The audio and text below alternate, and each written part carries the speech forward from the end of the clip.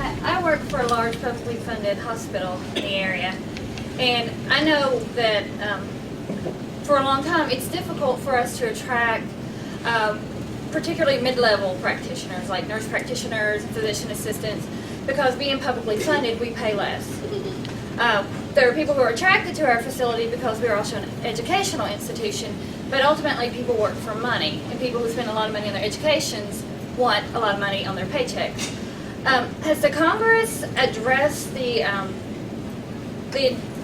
expectation that people will leave the healthcare fields? There will be people who will either leave it, or subsequently we won't be attracting new people into it if we go to such a situation. I mean, there are days that, we're swamped already and there's no empty beds. How do you attract people in when there's going to be a mass influx of people who get free health care with workers who will probably see their pay go down even more? Right. Yeah, and it's all levels of employees, because everywhere there's a pinch. They probably should look at the Cuban system. They pay the doctors $100 a month. I don't know why they're complaining, But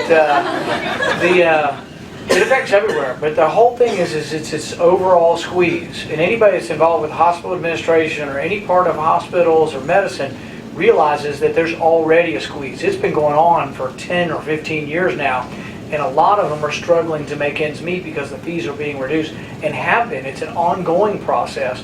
So that's the real question, is how can they have their head in the sand and say, we're going to do this now, it's not going to cost anything, it's not going to put more burden on the system. It will be more burden. It's going to be higher premiums for everybody, or higher taxes, or lower payments, and more of a squeeze, and ultimately you will lose people who won't go into the profession because they can't pay back their $200,000 worth of loans they have for school. Can you comment on the fact that, or whether it's a fact or not, that we already have a National Health Board in place and staffed, and we also have the National Healthcare Database in place and staffed, and this was all put in the stimulus bill and passed with the stimulus bill? Yeah, a lot of people don't know that, but that's a very good point. In the stimulus bill they passed, and I'm not sure I can come up with a name, it's the federal something committee. It's got to be one. Yeah, that is already in place to make a lot of these decisions on health care. And once again, that's another example of people not reading the bill. That bill was printed at midnight and passed by the next morning, and nobody read it. And so it's one of the things I've signed on to a reform movement called Read the Bills Act. We should sign a statement saying you've read the bill before you vote on it. It's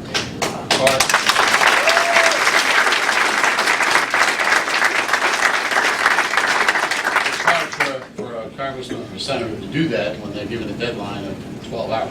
Yeah, like the Democrats said, we're going to give you 72 hours.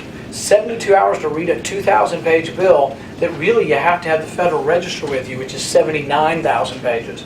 So you have to be able to somehow read through, because when it says they're going to amend Section 42,030B, you've got to know what that section was. You can't read these bills. It's virtually impossible. And so I think the waiting period should be longer. I'm going to introduce something that says they wait 20 days for every page of bill. So if you have a 1,000-page bill, they're going to wait 50 days. I think that'll slow them up.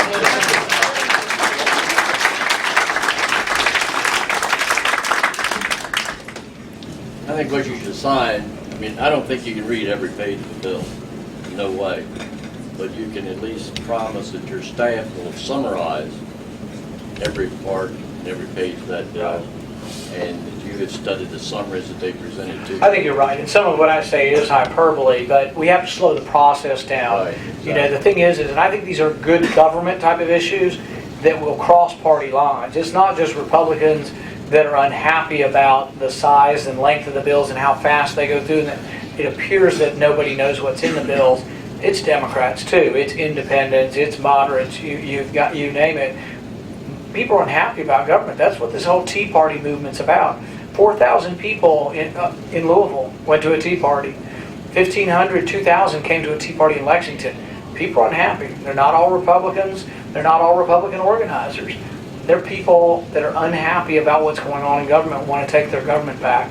And I feel a part of that movement, and I think it's a movement that's going to be big enough that maybe we can transform things in Washington. Another question. I understand media love with white house of Vietnam. But I can understand how Republican Party not exposed what's going on in the Indian affair, in Indian. They have single payer in Indian reservations. They have government medical, and nobody talk about this. If you want cure, you have to be before July, if I'm not mistaken. After July, you have to wait until January. Yeah, I thought maybe one way we could get them to learn a little faster, since they seem to be slow learners, is that maybe the congressman should go to the VA or to the Indian reservations and get their health care, and maybe they should get the congressional health care.